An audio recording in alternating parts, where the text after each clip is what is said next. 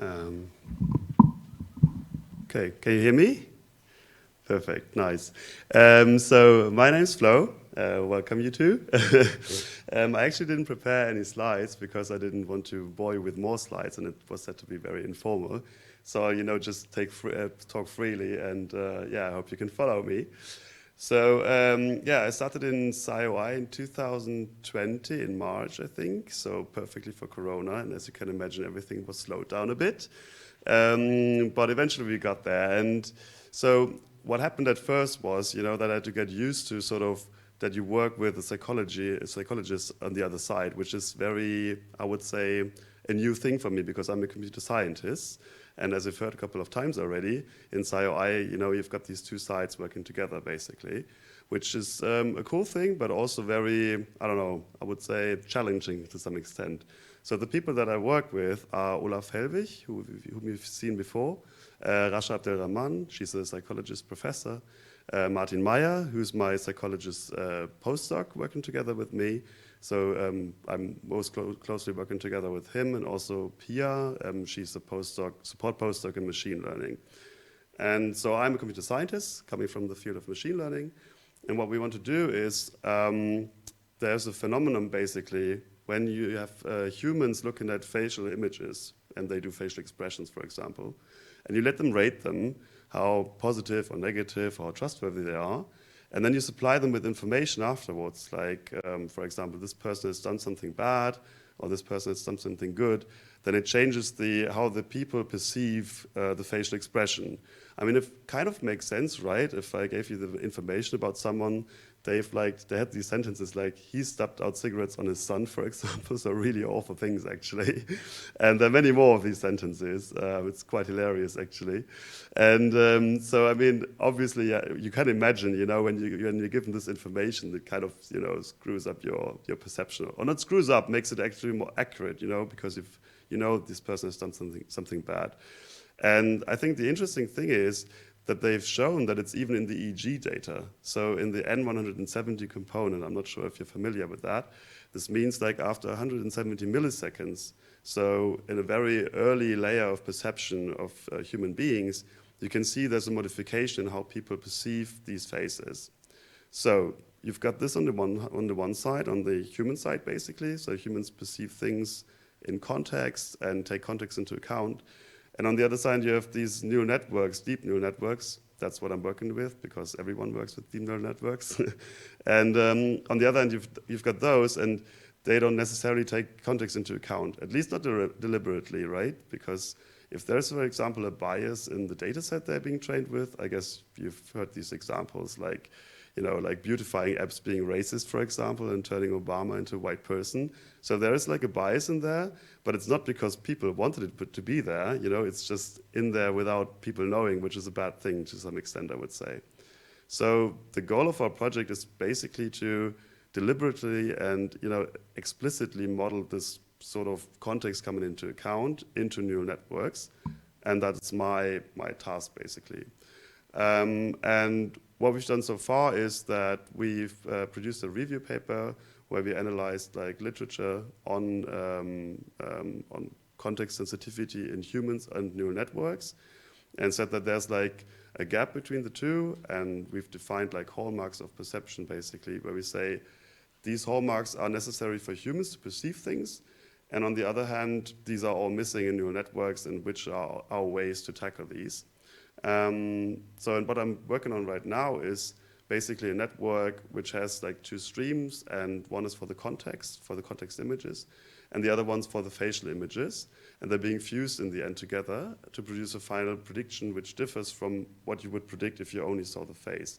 You can imagine this. Do you know this image maybe, for example, of this tennis player who looks like she's in agony or in pain or something, and then you give the context where she does this motion, she's celebrating that she's got a point, and then suddenly the whole facial expression essentially changes of how you perceive it. So that's the kind of thing where we are at the moment, only in visual context and not any other context, but that's what we want to go to in the future as well, integrating other contexts as well. And so that's pretty interesting. But I also want to talk about a bit how this work at SciOI works, because I said it's sometimes also difficult. For example, in terms of finding a common language with psychologists, you know, because I come from a computer science background, and it's just no, I'm just like telling you, it's been really interesting for me. I learned so many things actually by just talking to them, you know, and you misunderstand each other, and then you sort of go to a next level, to a new level of understanding like each other and which language you can use to understand what the other person is saying. That's pretty interesting actually. But it's definitely a challenge, I would say, that I didn't see coming, because I thought, yeah, well, I mean, obviously they're researchers and, you know, we're working together, it will all work out, but it just takes some time, I guess, until you're there.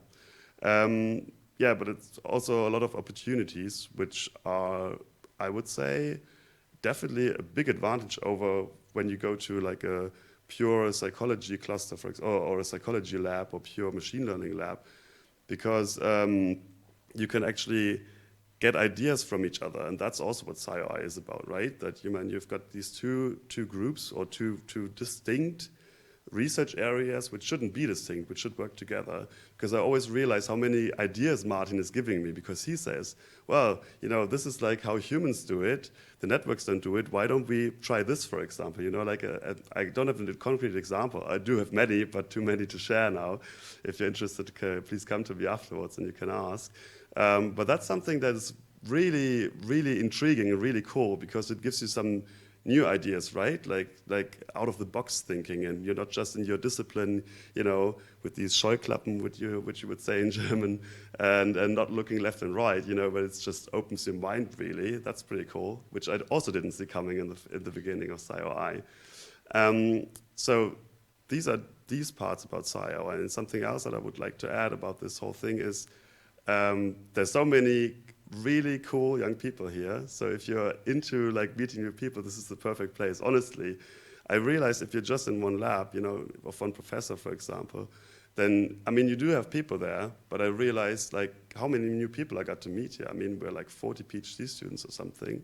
And that's pretty awesome. I mean, you know, because you get so many people in one place and you get to work with them. You get to go on retreats, for example, as we do like next week. We go to Schloss Tornow, which we've done also last year. And yeah, I'm really looking forward to that. And we had so many nice talks and nice presentations there. And this is something, I mean, which you don't see necessarily when you just look at the cluster from the outside, I guess. And yeah, I don't know, that kind of summarizes my experiences at SciOI to some extent, right? I mean, many challenges, but many opportunities at the same time. And the opportunity to meet new people, that's pretty cool. And yeah, I don't know. I actually wanted to give some room to ask questions now, but then I saw there's a Q&A answering session in the end, right? Because I thought it would be nicer for you to ask questions to me instead of I'm just telling you all the things that I'm doing. So I don't know. I'm actually at the end already. So yeah. Are there any questions? I mean, like, we can always talk in the end, like when not without the microphone and in personal. I'm up for that as well. There are no questions internet so far. Okay, all right, I see. How many people in the room? At the moment, 7. Oh, really? Yeah. Okay. Well, I mean. Now we were 25. Okay, great. Maybe I've got a question. Yes, sure. Go ahead. So since you're talking about your personal experience, Yes. how helpful did you experience the coursework that you were doing on the side? The coursework. Because I imagine you probably did more like the psychology coursework on the side, coming from machine learning, or not that much until Yeah. until now. Actually, I still have to do some courses. This one course I wanted to do didn't work out because of a paper deadline, and I had to drop it. I did a course on, but it didn't necessarily give me direct improvements from my work that I was doing, but it was on psychophysics experiments with humans, which helped me in the end. I didn't see that back then when I was doing the course. It was all on eye movement, basically. And I realized much later, I first thought I took the wrong course, but much later I realized how much actually information I got from that. Because, you know, you have to imagine, I'm a computer scientist. I have no idea about psychophysics experiments. I had at least no idea. Now I do have, to some extent. But I mean, when you are dropped into this, and they, you know, like they bombard you basically with, yeah, we've got this, and show people this, you know, like these these gray screens, and then with the cross in the center. That was really new for me. I'd never seen this before. I was like, what the hell is this? You know, what are people looking at now? And that was part also of this course, and this actually helped me pretty much. And I think it gives you an opportunity, right? Like, I could have probably taken more one of the basic psychology courses, would have been good in the beginning, but it was kind of overwhelming, like this whole Corona thing, then you're new in this whole cluster thing. But I was actually thinking about taking one next year in a statistics course, so it gives you the opportunity just to do things related to your research, which help you advance, yeah. Cool, nice. And maybe another question Yes. regarding the background you use for the knowledge augmented faces. Do you only use basically cutout faces and the actual background that was in the picture, or are you also looking at maybe time resolved sequences, right? So there's obviously a temporal component to knowledge, right? So you might have, you might not see something in the picture, Yeah. or in the background, but there's still knowledge there from sequence before, right? In the example you mentioned with the tennis player, right? Like you could also infer that just from seeing her score a point.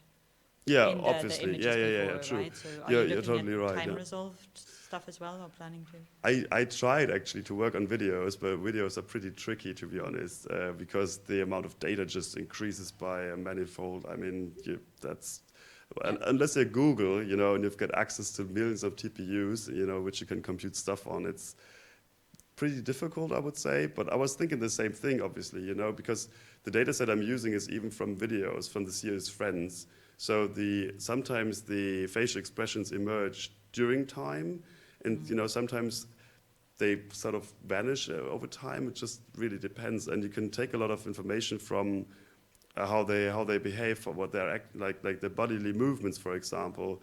The sound is a pretty good source of information. It's funny, I tried many things out. I actually extracted the subtitles from the sound, which then doesn't give you that much information anymore, because the scenes were really short, like 4 to 3 seconds or something. And most of the words are just the, or what did I do? But you see, like my intonation already, like when I sort of give a certain, sound to what I say, then it gives you information. Like you can say, what did I do? Or what did I do? And then suddenly you have a completely different context. And we tried to use that. Unfortunately, no avail until yet, but I'm still working on that. It's like work in progress, I guess. But you're completely right. So there are many different things where you can take context out, I guess. And I mean, especially in the field of application where you would apply this thing, these things that I'm doing, like most likely like in social robots, for example, which are then better at interpreting your facial expression. There, obviously, you have to work with video because so many things depend on continuous dimensions, I would say. Like, I mean, you cannot just look at your face and say, okay. I mean, I can tell you they're happy now, but